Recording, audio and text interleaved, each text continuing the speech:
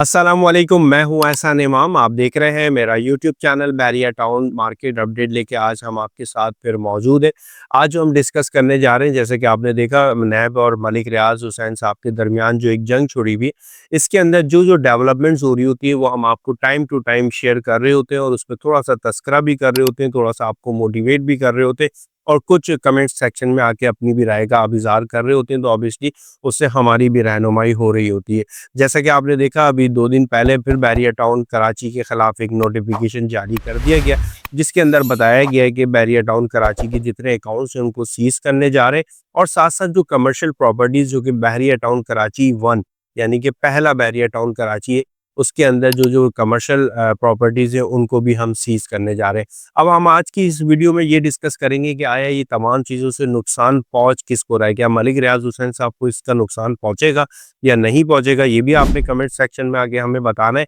या इसका नुकसान किसी एंड यूज़र को पहुँचेगा या इन्वेस्टर्स को पहुँचेगा? ये भी आपने हमें कमेंट सेक्शन में आके बताना और मैं भी आपको थोड़ा-सा गाइड करने की कोशिश करूँगा और साथ-साथ ये भी बताऊँगा कि आया क्या रियलिटी है, क्या रियलिटी नहीं है। जैसा कि आपने देखा काफ़ी अरसे पहले ऑलमोस्ट कुछ 6 महीने 8 महीने का टाइम गुज़र चुका है इस चीज़ को। मलिक रियाज़ और अली रियाज़ इन दोनों के अकाउंट्स को सीज़ कर दिया गया था। अब वो कौन से अकाउंट्स थे जिनको सीज़ किया गया था और अब जो नैब ने फिर अकाउंट सीज़ करने की बात करी है, ये कौन से अकाउंट्स हैं जिनको सीज़ किया जा रहा है? बहरहाल इस चीज़ का अभी कोई तयन नहीं किया जा सकता, इसलिए मैं आपको इस बारे में थोड़ा-सा गाइड नहीं कर पाऊँगा। अलबत्ता जो कि प्रॉपर्टी बहरिया टाउन कराची की जो कमर्शियल प्रॉपर्टी को सीज़ करने का बाकायदा तौर पे नोटिफिकेशन जारी किया गया, जिसके अंदर मुख्तलिफ प्रेसिडेंट्स मौजूद हैं और इनका भी हमें इसलिए समझ नहीं आ रहा क्योंकि सुप्रीम कोर्ट ऑफ पाकिस्तान ने जो कि 16,000 समथिंग एकड़ जो कि बहरिया टाउन कराची को रेगुलाइज कर दी थी, जिसको कहा था कि ये बहरिया टाउन कराची की अपनी ज़ाती जगह है, इस पे बहरिया टाउन कराची कोई भी डेवलपमेंट करता है तो इसमें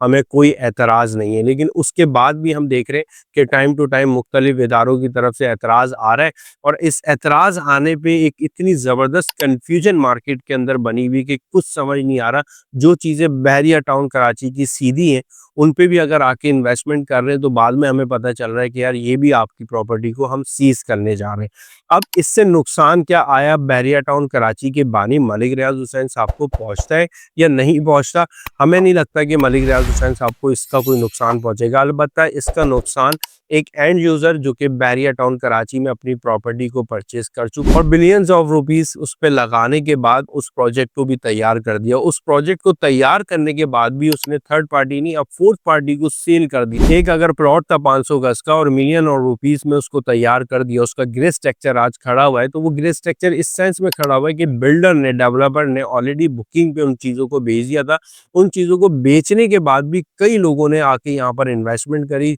जिन लोगों ने 2 बेड अपार्टमेंट लिया, 1 बेड अपार्टमेंट लिया, 3 बेड अपार्टमेंट लिया। अब आया उनको नुकसान पहुँचता है इस चीज़ का, ये मलिक रियाज़ हुसैन साहब को पहुँचता है। इसका अंदाज़ा हमें इसलिए नहीं किया जा सकता क्योंकि बहरिया टाउन कराची मलिक रियाज़ और मुनैब के दरमियान जो हमारे गवर्नमेंट इदारे उनके खिलाफ जो एक जंग छिड़ी हुई है, ये जंग का फैसला कब होगा, किस तरीके से होगा? अगर होना है तो इमीडिएटली हो जाए ताकि मज़ीद लोग इसके अंदर ना फँसे और अगर ये मामलात सही होने हैं तो जल्द से जल्द इसको सही कर दिया जाए, ताकि जो लोग इन्वेस्टमेंट यहाँ करके बैठे हुए हैं वो अपने हार्ट अटैक से इस दुनिया से जान ना खो बैठे, क्योंकि बहुत बड़ी इन्वेस्टमेंट है, बहुत बड़ी इन्वेस्टमेंट है। लोग बहुत ज़्यादा उदास हैं, लोग बहुत ज़्यादा परेशान हैं। ये मैं आज का जो कंटेंट बना रहा हूँ ये इदारों के लिहाज से ही बना रहा हूँ और इसके अंदर बाकायदा तौर पे एक हम्बल रिक्वेस्ट कर रहा हूँ, क्योंकि कुछ चीज़ें ऐसी हैं जो कि क्लियर हो ही नहीं सक रही हैं। जिस लैंड पे हमने देखा कि सुप्रीम कोर्ट ऑफ पाकिस्तान ने बाकायदा नोटिफिकेशंस दे दिए, जिनको रेगुलाइज कर दिया, जिनको क्लियर कर दिया, उस पे भी अगर इन्वेस्टमेंट करी और बाद में हमें पता चल रहा है ये इन्वेस्टमेंट गलत है, तो ये तो हमारे साथ बहुत सरासर ज़्यादती हो रही है। इससे मार्केट के अंदर एक बड़ा बैड इम्पैक्ट पड़ रहा है और बैड इम्पैक्ट पड़ने से जो कि लोगों की एक इतनी ज़्यादा इन्वेस्टमेंट मलिक रियाज़ हुसैन साहब के साथ जॉइन हो गई कि वो इन्वेस्टमेंट मलिक रियाज़ हुसैन साहब के हाथ से अब निकल भी चुकी है। अल्टीमेटली होता यही है कि बहरिया टाउन कराची को बिल्कुल सफ़ाए फ़हरिस्त पे रख लिया जाता है और इसके अंदर हमने देखा कि हमेशा कोई ना कोई एलिगेशन लगा दिया जाता है उस एक छोटे से एलिगेशन पे नुकसान एक एंड यूज़र को पहुँच रहा होता है। अगर ये मामलात इसी तरीके से चलने और ये मामलात ये सोसाइटी बिल्कुल भी सही नहीं है। किस्तों में नोटिफ़िकेशन देने से बेहतर है कि अगर कोई आप लोगों को शक है इदारों को कि भई ये बिल्कुल भी लैंड सही नहीं है और ये जो भी यहाँ पर इन्वेस्टमेंट कर रहा है वो बिल्कुल गलत है, तो उस हवाले से बाकायदा तौर पे इंटीमेट कर दिया जाए ताकि मज़ीद जो लोग इन्वेस्टमेंट यहाँ पर कर रहे हैं या करने का सोच रहे हैं वो अपने किसी नुकसान में ना आए। अब होता ये है कि हमारे यहाँ पर सन 2018 के अंदर हमने देखा था बैरिया टाउन कराची में इसी तरीके से मामलात चल रहे थे और चलते-चलते अचानक से एक लम्हा तो ऐसा भी आया कि बैरिया टाउन कराची की बाकायदा तौर पे इलेक्ट्रिसिटी जो है डिस्कनेक्ट कर दी गई। उस टाइम पे भी लोग रहते थे यहाँ पर प्रेज़ेंट 19 टू बेड अपार्टमेंट्स जो मौजूद थे और उस टाइम काफ़ी लोग घबरा गए थे और कुछ लोगों का कहना ये था कि यार ये कुछ टाइम के लिए इंशाल्लाह ये तमाम चीज़ें फिर दोबारा से बेहतर हो जाएँगी और ऐसा ही हुआ। वो 2, 4, 5 दिन का एक टाइम ड्यूरेशन ऐसा गुज़रा, उसके बाद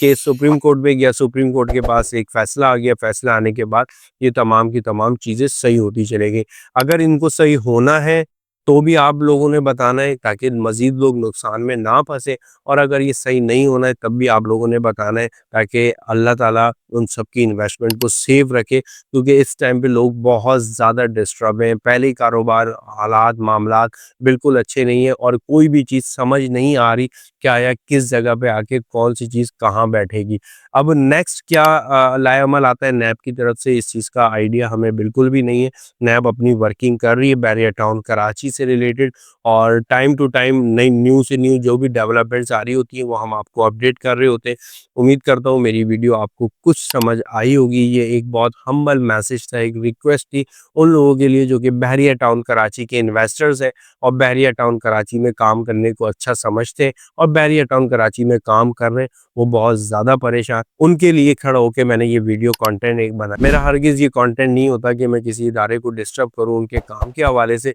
लेकिन हम जो क्लोज़ली लोगों को चीज़ें देख रहे हैं, जो लोगों के चेहरे देख रहे हैं, जो लोगों से गुफ्तगू सुन रहे हैं, उसके अंदर उनकी परेशानी बहुत ज़्यादा है। इस उम्मीद के साथ वीडियो का इख्तिताम करता हूँ कि आप सब खैरियत से होंगे और रमज़ानुल मुबारक का महीना है, अच्छी इबादतें भी कर रहे होंगे, मुझे भी दुआओं में याद रखिएगा। फिर इंशाअल्लाह हाज़िर होऊँगा एक नए मैसेज के साथ। इजाज़त चाहता हूँ। अस्सलाम।